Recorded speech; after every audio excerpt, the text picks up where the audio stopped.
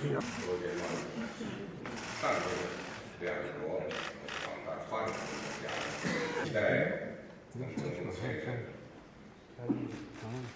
就中美关系和共同关系的问题很多的战略。 Sayın Devlet Başkanı, değerli dostum, heyetlerimizin kıymetli mensupları, şahsıma ve heyetime gösterilen misafirperverlik için zat devletlerine ve şahsınızda dost Çin halkına teşekkür ediyorum. Siz değerli dostumla son yıllarda sık sık istişarelerde Türkiye-Çin ilişkilerini her alanda uzun soluklu bir anlayışla ve stratejik bir bakışla güçlendirme noktasında mutabık kaldık.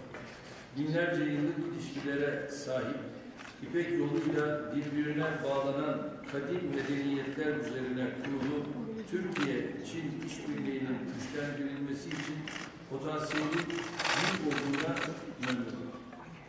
Tek Çin politikası Türkiye için stratejik önemlidir.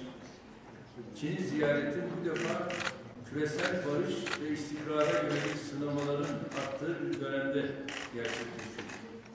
Türkiye-Çin ilişkilerinin güçlenmesi bölgesel ve küresel istikrara da büyük ve farklı bir katkı sağlayacaktır. Teşekkür ederim.